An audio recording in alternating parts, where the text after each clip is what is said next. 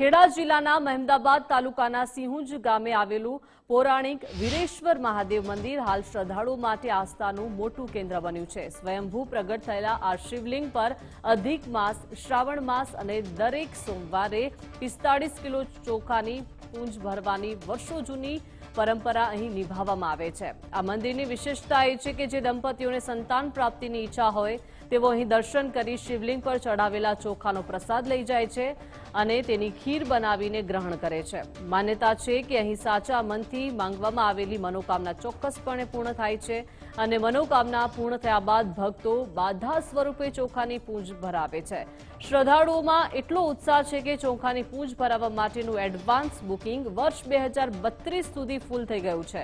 લોકોનું એમ પણ માનવું છે કે અહીંના સ્વયંભૂ શિવલિંગમાં દર વર્ષે કદનો વધારો થાય છે।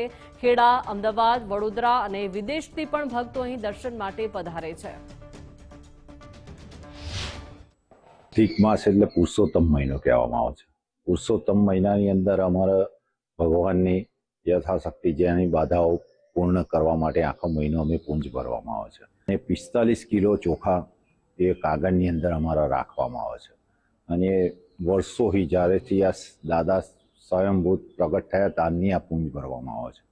હવે તે વખતથી અત્યાર સુધીમાં જે નિસંતાન બેન હોય અને સંતાન પ્રાપ્તિ માટે કોઈને મનોકામના પૂરી કરવાની હોય, કોઈને મકાન ના લેવાતા હોય, કોઈને જમીન ના લેવાતી હોય, કોઈને કેસ ચાલતા હોય, કોઈને એવી બાધાઓ લોકોએ રાખેલી હોય અને એની પૂર્ણ થઈ હોય એટલે પૂંજ ભરવામાં આવે છે। તે વર્ષોથી પૌરાણિક મંદિર છે જે ચોખાની પૂંજ ભરે, જેને વસ્તી ના થતી હોય એવા ઘણા વાલીઓ અહીં બાધા રાખે, પછી એમની વસ્તી થાય એટલે ચોખાની પૂંજ ભરે અને એમની બાધા પૂર્ણ થાય અને આવી પૂંજો લગભગ 3 વર્ષ સુધી તો એની જગ્યા જ નહીં, 3 વર્ષ સુધી તો પેક જ છે, એટલું પૂંજોની લોકોનું કામ થયેલું છે।